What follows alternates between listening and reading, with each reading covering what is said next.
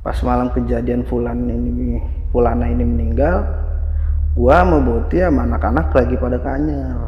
Nah, gua lagi di sono lagi ngobrol kayak begitu, dapat telepon dari orang tuanya Fulana ini bahwa Fulana udah meninggal dunia, ngurusin nafas terakhir pada malam itu. Histeris Boti. Itu dia sering nge-tweet di Friendster itu, kata-katanya udah bener-bener orang yang frustasi, pengen ngakhirin hidupnya, pengen nyusul si Fulana ini. Dia bilang, gue capek, gue kangen sama lu, gue pengen nyusul sama lu. Soalnya emang si Boti ini kalau dibilang saking dia pengen nikahnya sama Fulana, wah rajin banget dia kerjanya. Dia nabung, dia ini segala macam. Gue diketok itu, dia nengok ke arah sono. Dia pas ngetok kayak begini, di sebelah sini ini nggak ada orang. Pas dia nengok ke sono, dia ini lagi, itu ada sosok almarhum Boti diri begini, katanya pakai baju papelan, dia celana pendek sambil begini nih, megang leher gitu. Megang lehernya dia, sakit.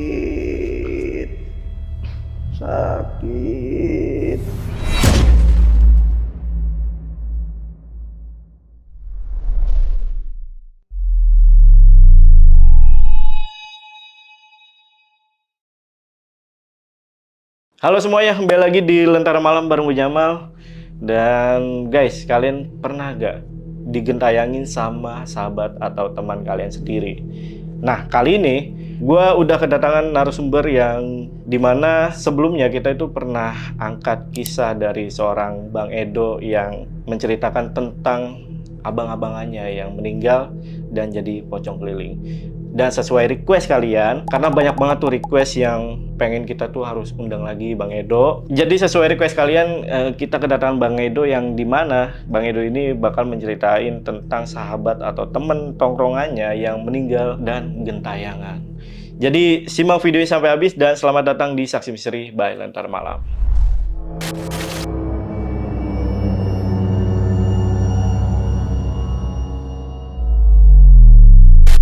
Oke guys, ini sesuai request kalian nih, buat datengin Bang Edo. Kita akhirnya mendatangkan lagi Bang Edo. Kita sapa dulu aja Bang Edonya. Bang Edo, apa kabar Bang? Alhamdulillah baik ya Bang ya? Siap, sehat. Aman ya? Aman. Bang, ini ngelanjutin yang sebelumnya nih Bang. Kan kemarin itu Bang Edo itu sempet cerita soal almarhum temennya, yaitu Bang Ali ya Bang? Bang Ali. Dan di terakhir itu kita mau undang lagi karena ternyata Bang Edo itu punya kisah lagi nih tentang temennya juga. Kali ini sahabat Bang masih juga.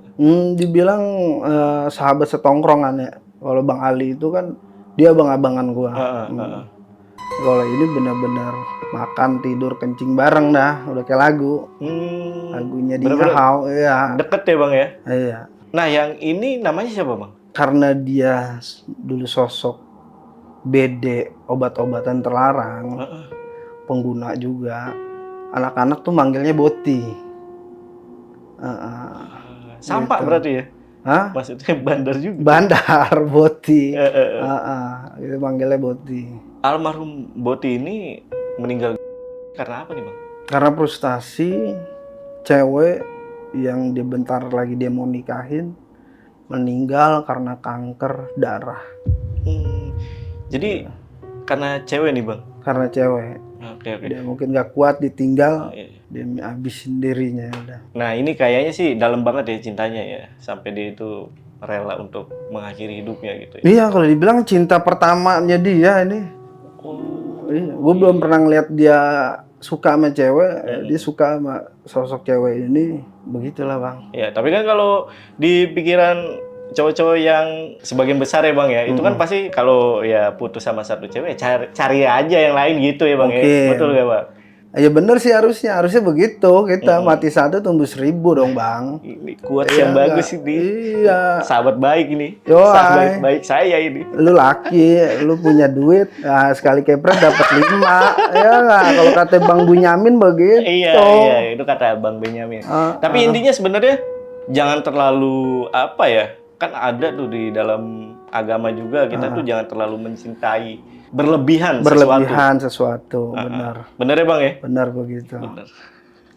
Akhirnya masih ingat pelajaran agama. Ya udah, buat teman-teman yang penasaran simak video sampai habis. Tapi sebelum itu seperti biasa, kalau kalian pengen jadi narasumber juga sama seperti Bang Edo, kalian bisa langsung aja DM ke Instagramnya Lentera Malam. Itu ada di @lentarmalam.id. Untuk linknya nanti gue taruh di deskripsi, atau kalian bisa langsung hubungi ke dua nomor yang ada di bawah ini. Dan jangan lupa juga untuk follow akun Instagram gue, guys. Ya udah, buat kalian yang penasaran sama cerita lengkap dari Bang Edo, tonton video sampai habis. Dan tanpa basa-basi lagi, Saksi Misteri, kita mulai.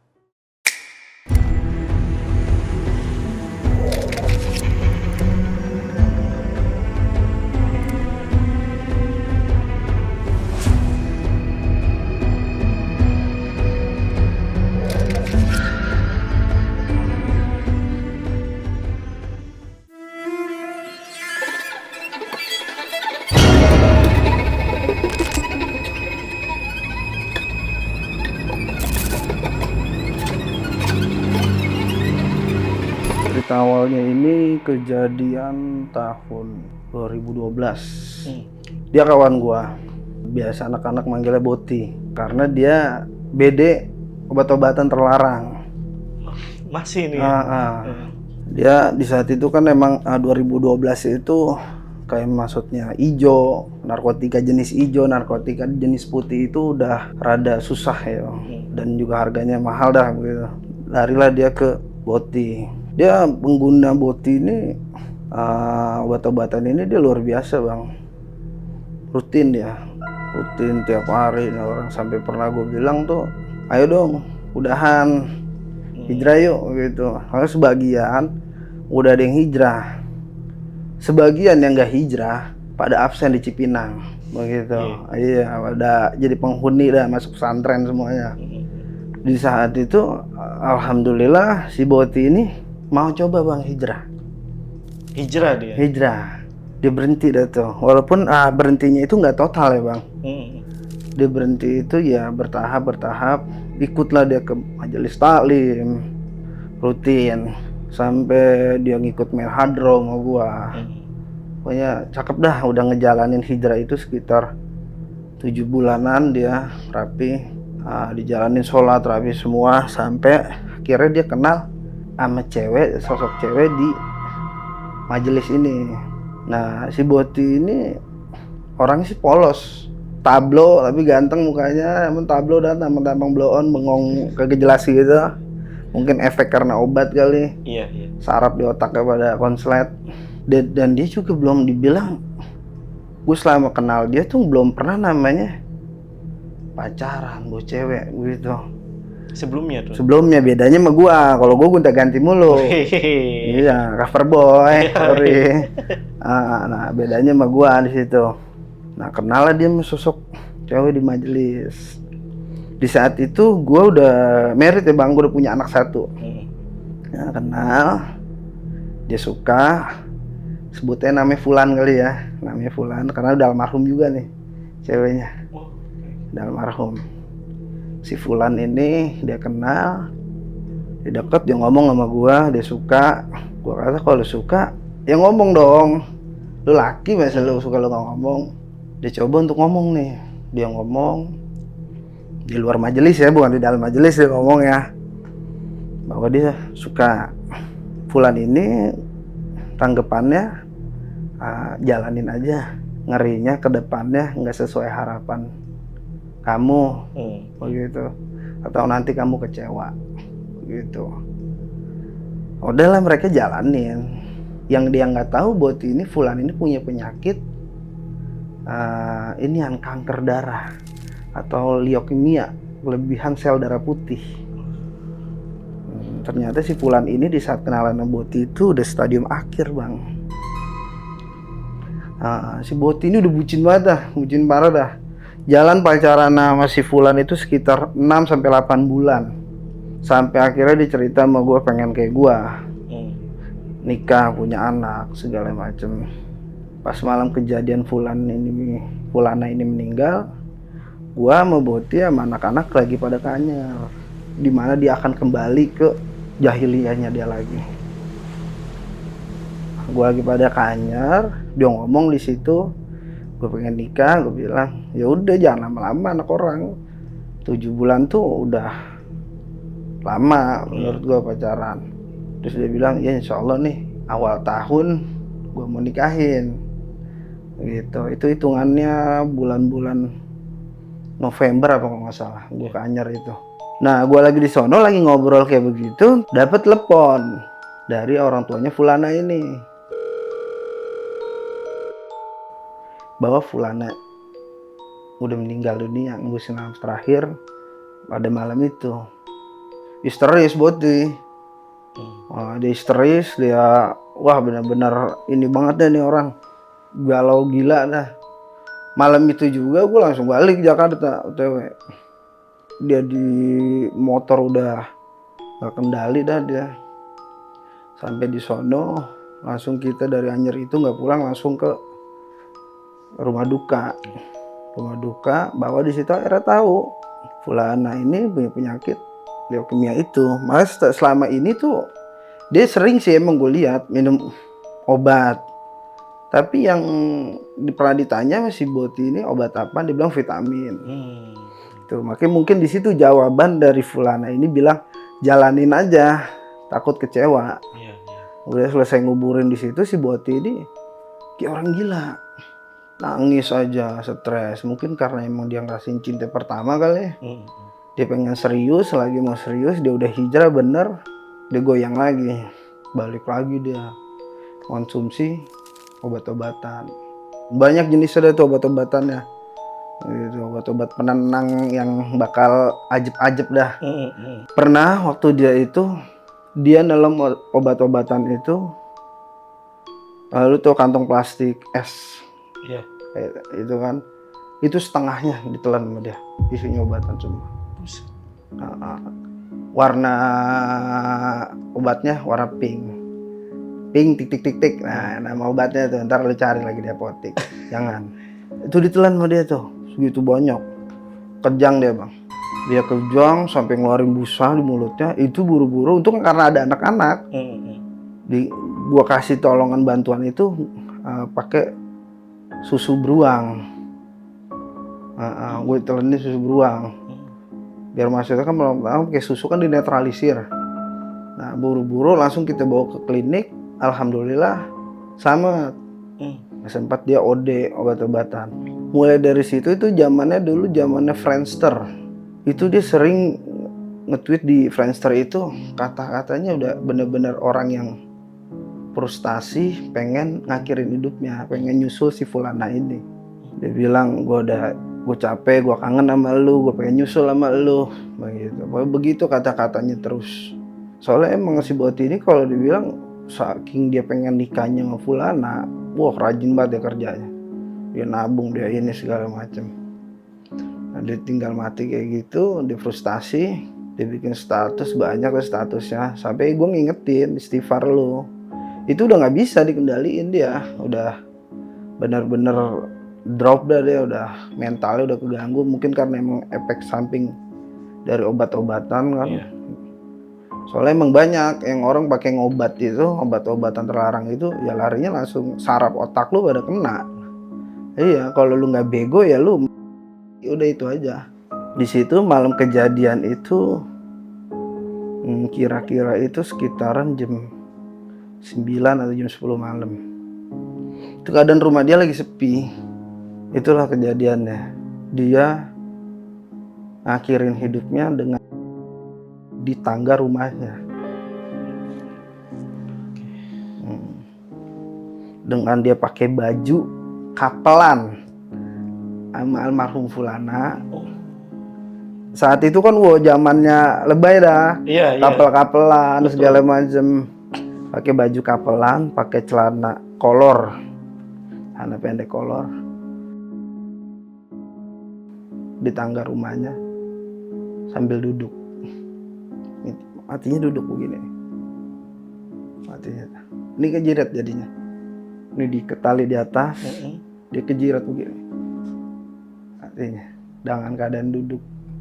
Berarti dia paksa untuk paksa. Nah, dan ntar ada cerita. Kejadian dia mati ini yang ditampakin ke adiknya. Dan yang nemuin itu kalau dibilang ya masih sanak keluarga.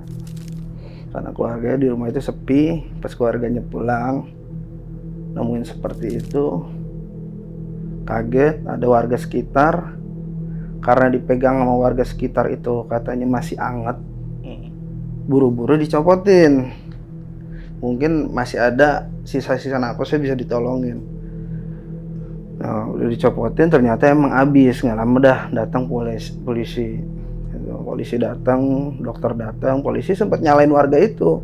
Kenapa main di iniin aja, diputusin aja talinya, kenapa nggak tunggu kami segala macam. Ya warga langsung bilang, ya kami mau nolong dia, kali aja masih bisa diselamatkan begitu. Polisi maunya udah, polisi datang dengan keadaan leher masih kecekek aja begitu. Akhirnya udah dari situ masuklah kejadian di mana bukan teror ya kalau dibilang, banyak yang ditampakin.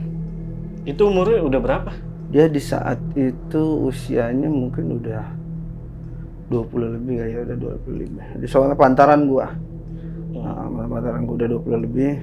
Masuklah di malam pertama kita yasinan di rumahnya.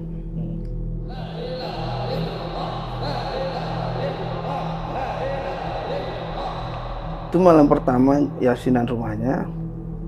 Itu gua yang lihat langsung sosok dia. Sebelumnya masuk itu gue ngelawat dia tuh emang ini bang, gue ngelawat itu sini biru semua nih, biru sampai ketarik urat semua ke atas, mukanya biru semua. Kalimat gue bilang kayak gini, tolol, mati lu dengan cara kayak begini.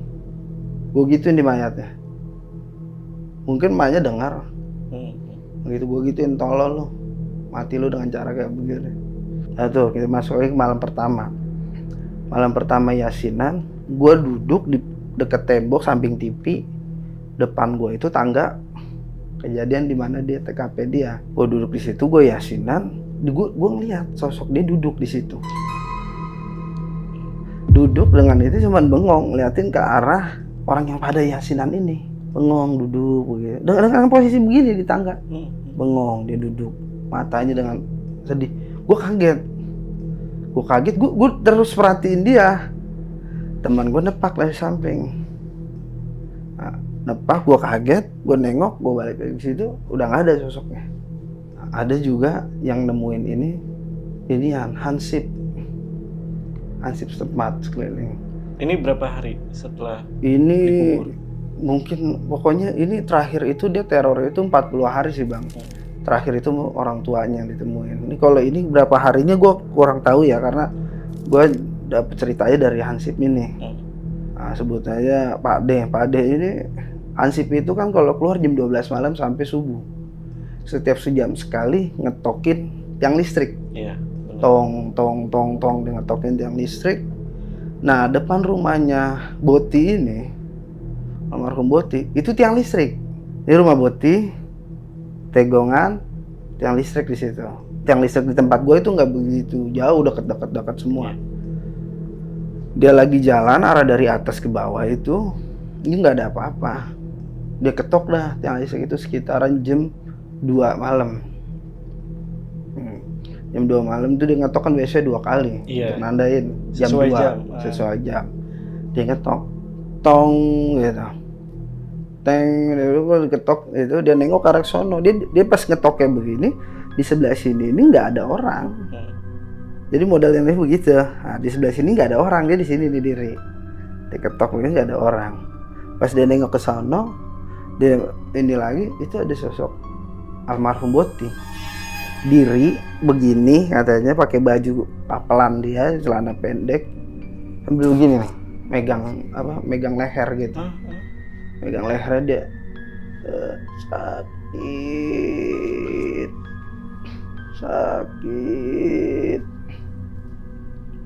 Pak Ade ini kabur langsung bang.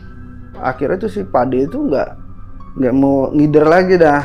Nah, kalau mau ngider itu, mau ronda itu, jadinya minta temenin. Tadinya kan dia Hansip di tempat gue itu ada 2. Jadi dia biar karena cepat dia misah. Akhirnya jadi bareng-bareng jalan. Nah, tiang listrik itu tempat yang lo nongkrong bukan? Bukan bang. Oh, beda lagi ya. Boti ini rumahnya di depan. Oh. Boti ini rumah di depan.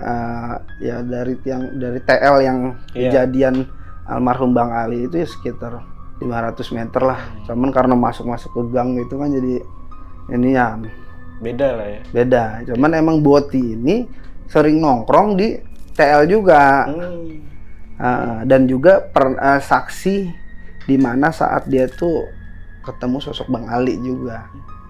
Nah, ada lagi nih Bang, empok gua kan ini pulang nongkrong atau apa, pulang malam lewatin rumahnya si Boti. Pas dia ngelewatin rumah Boti itu dia ngerasa di belakangnya itu dia jalan ada yang ngikutin. Jadi kalau orang jalan ada yang ngikutin dan ada suara langkah juga. Dia berhenti, dia nengok. Itu nggak ada orang. Nah, di jalan lagi aja. Dia jalan lagi, dia nengok lagi, nggak ada orang, tapi merasa ada yang ngikutin. Nah, rumah gue di rumah Boti kan ada tegongan tembok begitu. Pas dia habis nengok begitu lagi nggak ada orang, ini di posisi tembok arah mau ngadep rumah gue, itu ada sosok Boti diri dengan rintik sakitan juga. Sakit, tolong, sakit gitu. Tapi suaranya itu kayak suara gimana sih, orang kejeret, kecekek, ya kan? Tuh gue kabur langsung. Gue kabur, gudor-gudor pintu, buka pagar, gudor-gudor pintu.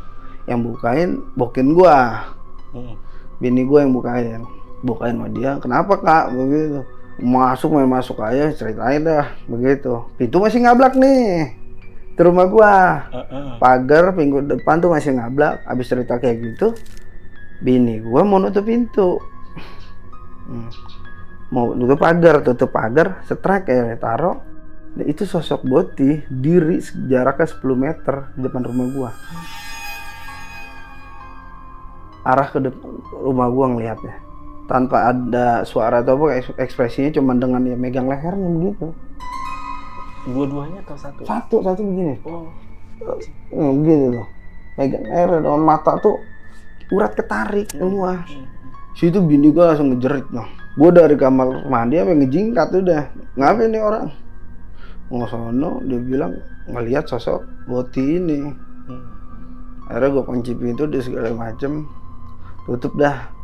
Gitu, terus empok gimana tuh? Empok gue di situ kayak gimana sih, orang ketakutan banget. Akhirnya dibikinin air sama incing gua. Alhamdulillah dia ini, ya namanya dia shock. Ya baik, dicerita dah kayak begitu. Berarti ini bini juga ngeliat ya? Bini ngeliat. Ini kebetulan ada nih. Bener kak? Iya bang. Bener itu ada almarhum Boti di depan tuh. Iya benar. Posisinya di luar pagar berarti? Di luar pagar. Di samping rumah orang. Tapi itu udah rame itu? Udah rame belum? Pada saat itu yang bini ngeliat itu, udah rame belum? Jam 10. Maksudnya kisah yang gentayangan ini? Udah, malahnya alhamdulillahnya tuh Boti di sana. Soalnya Boti itu biasanya di depan pagar gue begini nih. Semasa hidupnya. Oh. Doi. Ngopi yuk, begitu tuh. Palanya dia begituin tuh di pagar gua. Untungnya di depan itu. Kalau dia bini gua lagi buka gituan dia begitu. Iya, lebih serem lagi. Buset. Orang dia begitu. Berarti ini termasuk deket ya? Termasuk dekat.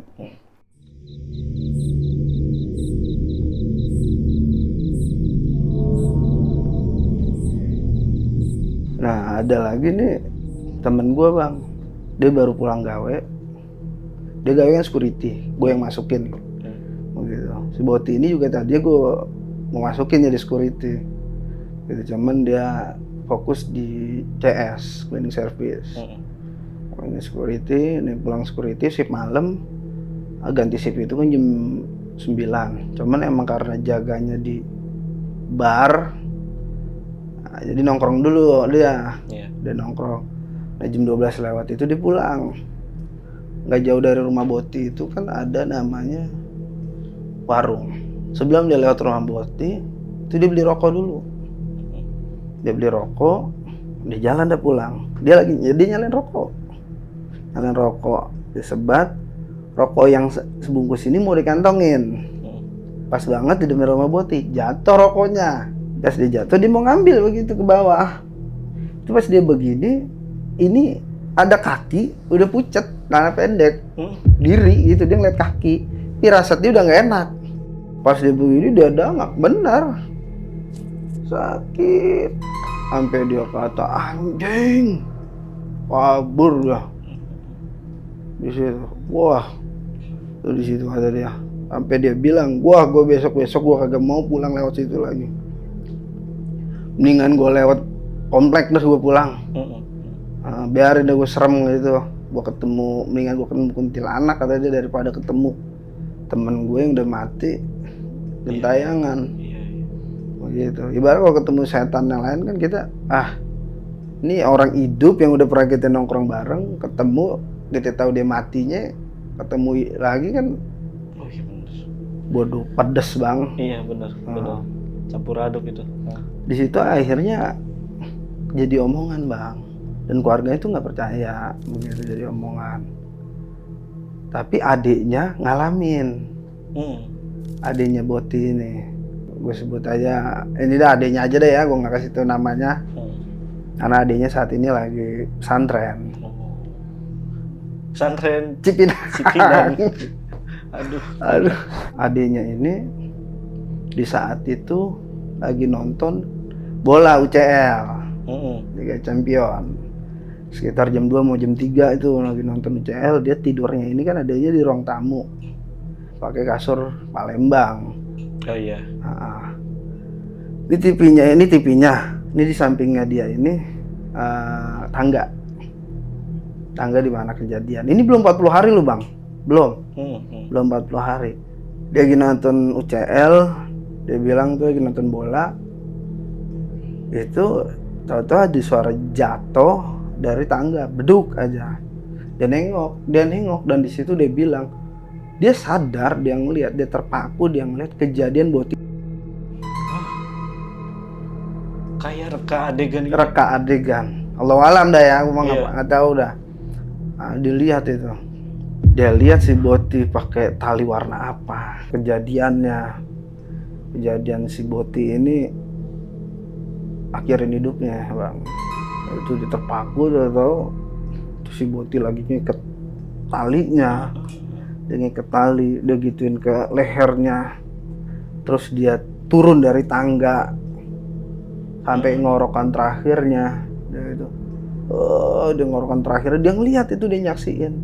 Dia kayak ibarat dibikin stuck diem aja udah dia. Itu yang bikin dia kaget. Itu ada sosok Botinya di samping sini dia. Sakit, teriak. Itu dia langsung kuruban pakai kasur Palembang itu. Wah nggak tahu dah, kata dia udah sampai ini, dia pokoknya dia dengar itu azan subuh.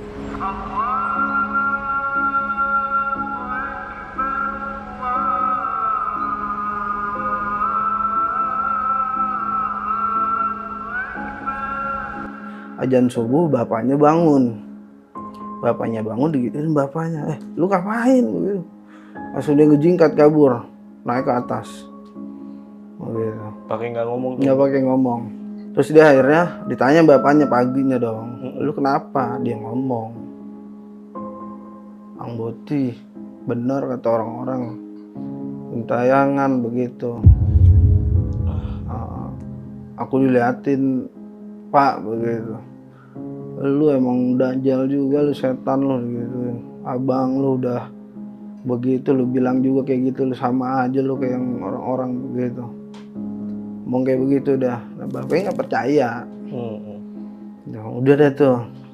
Itu kronologi detailnya kayak gimana bang? Menurut adanya kan ngelihat kayak reka adegan lah ya. Ya itu di saat si Boti ini nangis secegan, dia ke atas, kronologi dia lihat pokoknya dia turun lagi ke bawah, dia duduk di tangga itu, dia iketin talinya diiket ke kayak kayu gitu ya, dia iket talinya di situ, terus dia iket juga talinya ke lehernya, sampai akhirnya dia turun dari tangga. Dia turun tuh paksa. Dia paksa, ketarik, begitu mati itu. Ketarik begitu, urat semua sini. Iya, diturun. Bapaknya tuh nggak percaya. Akhirnya bapaknya percaya itu ketika Maknya yang diliatin 40 hari pas katanya sih kata emaknya 40 hari gitu. 40 hari buat ini emaknya nangis ngeliat kayak gitu. Emang sih kalau dibilang dia udah malu juga sih. Emang kita ngomongin nggak gimana ya, tapi ada aja dah gibahan di luar sono. Iya. Gitu.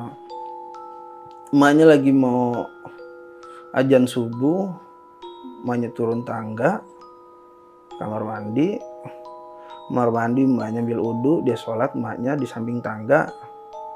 Sholat itu keadaan tuh adiknya lah ada tidur. Dia sholat, habis sholat, dia buka mukena. Emaknya ini kata emaknya, dia buka mukena. Itu pas dia lagi mau buka mukena gitu tuh ada suara orang ngerintih nangis. Nangis, orang nangis gimana sih bang? Dia nangis, dia buka, dia lihat itu Boti lagi duduk di tangga nangis sambil bawa gitu, nangis dia. Cuma nggak ngomong apa itu Boti cuma nangis doang. Emaknya heran nangis di situ ngomong, ya Allah Bot begitu. Lu ngapa begitu? Ma ikhlas, ma redo. Lu yang tenang di sono begitu. Jangan bikin malu emak malu. Tangga pada ngomongin, pada ngeliat lu. Udah lu jalan sono. Udah bukan alam lu di sini. Nangis lah tuh emaknya gitu. Lagi ngomong kayak gitu, bapaknya teriak dari atas. Neng lu ngapa sih? Begitu. Begitu emaknya kedingkat udah. Ah enggak bang, ngomong siapa sih lu? Itu Boti udah nggak ada sosok Boti. Nah mulai dari situ tuh udah nggak ada bang. Tapi sebelum itu mungkin waktunya sama, hari apa tanggalnya sama tuh 40 hari, namun waktunya doang berbeda. Boti ini pamit ke rumah temen-temennya. Pamit ke rumah temennya.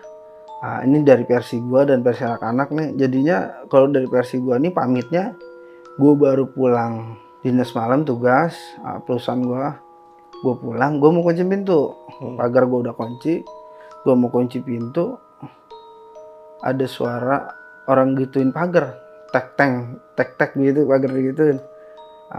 Iya siapa? Gua longok lah tuh jendela gua gituin. Itu Boti, sosok Boti. Begini nih tangga di inian gua, senyum, terus jalan ngelewatin rumah gua. Nggak ngomong apa-apa, gua cuman kayak gini. Ya udah dah, jalan sono biar tenang. Gua kayak gitu. Datang lagi ke rumah temen gua. Ada teman gua namanya Kurniawan. Nah dia lagi keadaan main PS. Di waktu yang sama itu. Dia lagi main PS, itu ada suara ketokan kaca, tak, dibangun, dibuka. Nah di situ Kurniawan bukan sendirian, ada temen gue juga, namanya Ibai, ngelongok dong, begitu di kaca digituin. Itu sosok Boti jalan begini bang, senyum begini, ambil jalan, bye, udah jalan. Yang tahu ngilang aja. Iya. Dan begitu di rumah teman-teman gue yang lain. Berarti dia nyamperin nih? Nyamperin, kayak ibarat kalau kata orang dulu ya, kalau 40 hari itu kan dia pamit. Dia kalau kata orang dulu kan dia kalau masih 3 hari, 7 hari itu masih di dalam rumah. Iya. Ya kan 14 hari udah dikericikan air atau di depan rumah. 40 hari ya dia pamit muter di mana alur jalannya dia. Nah begitu dah tuh. Ke tempat yang lain juga begitu, nongolin dia mesem tapi dengan muka yang udah seger. Mesem dia begitu. Akhirnya gua pada ini ketemunya ini ngobrol di pengajian, di taklim. Ngobrolin deh begitu gitu. Guru gua nanya, kiai gua, ngapa ngomongin apaan? Ini kiai almarhum Boti begini gentayangan, banyak yang lihat. Kiai gue ngomong, orang yang udah mati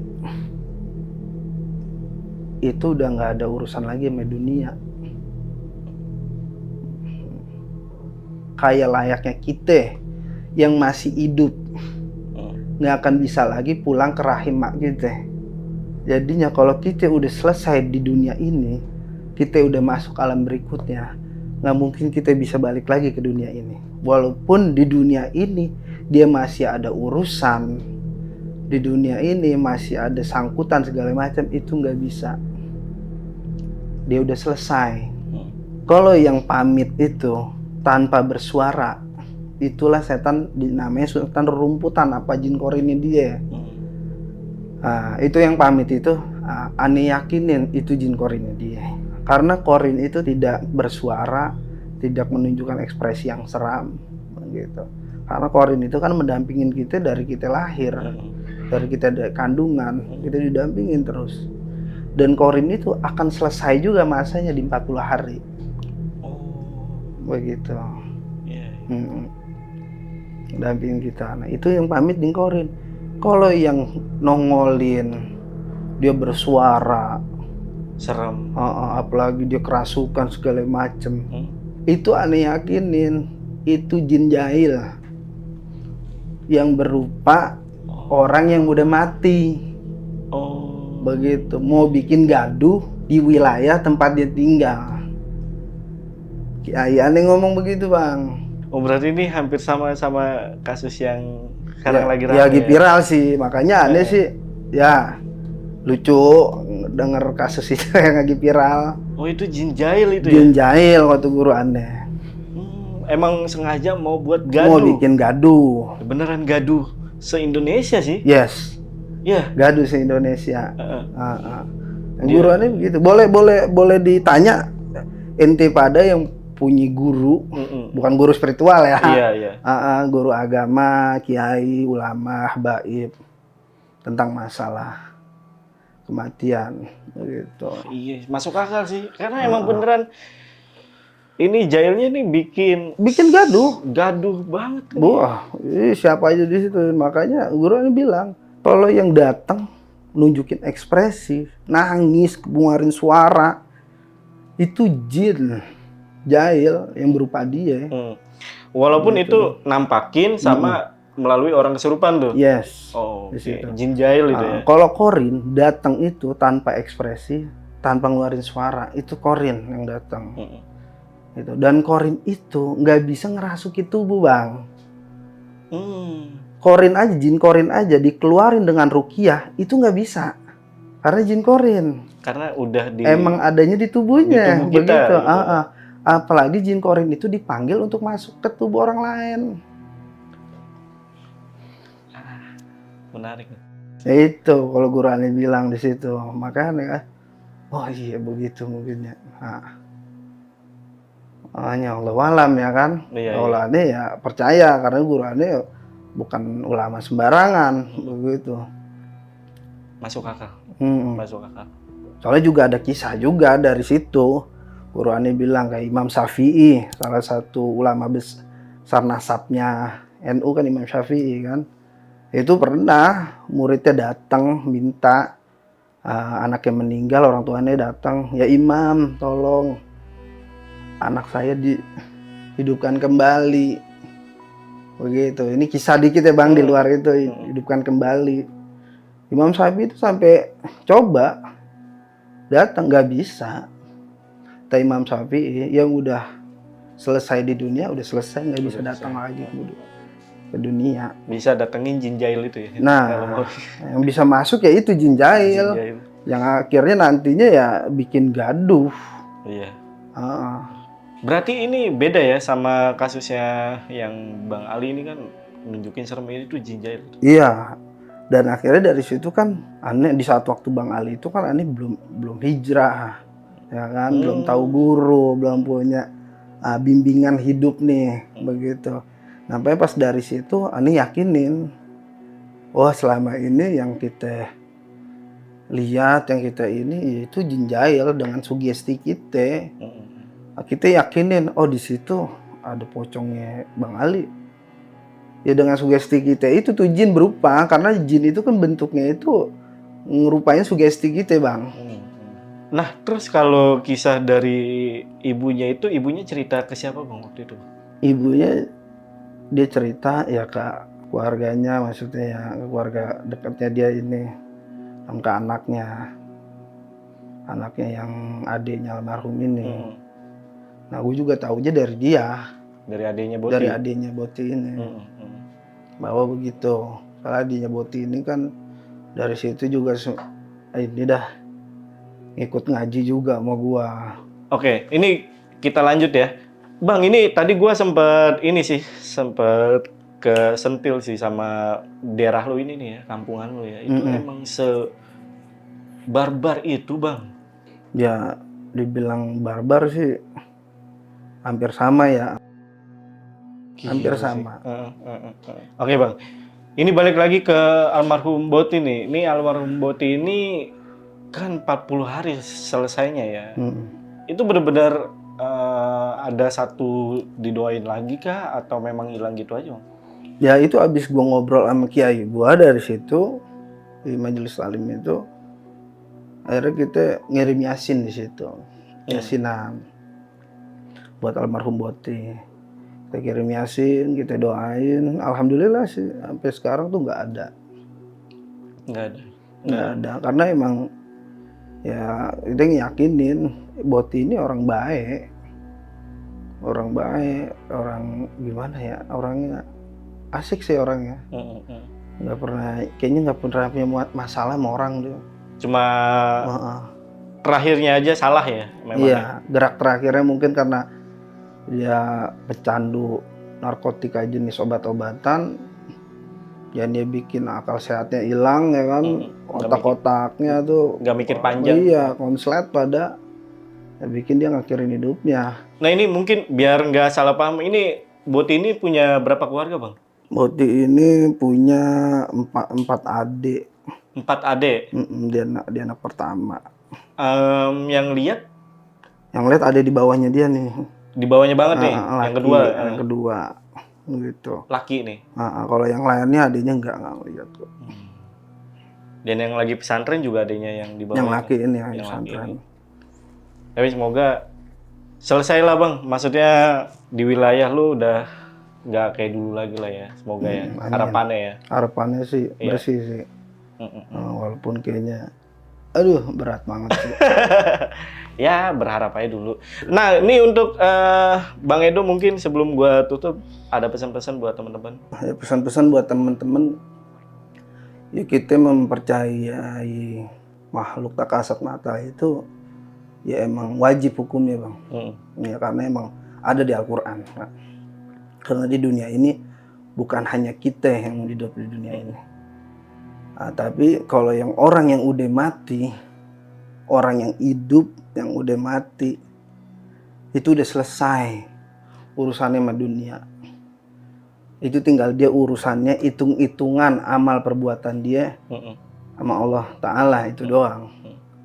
Sisanya yang rasukin, yang nampakin, itu setan, jin yang berupa tuh orang. Jadi intinya ya udah banyak-banyak berdoa aja dah. Iya. Karena perlindungan, satu-satunya perlindungan ya minta sama Sang Maha Pencipta. Betul sekali. Itu tadi ya quotes dari atau pesan dari Bang Edo nih, gue juga baru tahu dan jadi ilmu nih. Thank you Bang Edo udah datang ke Lentera Malam. Mungkin untuk video kali ini gue rasa cukup, dan buat teman-teman jangan lupa untuk saksiin videonya Bang Edo juga yang sebelumnya itu di Lentera Malam dengan judul Pocong Keliling. Pocong Keliling. Pocong Keliling. Iya, bandar. Oke ya, gue tutup video kali ini. Gue Jamal dari Lentera Malam dan Bang Edo izin pamit. Bye.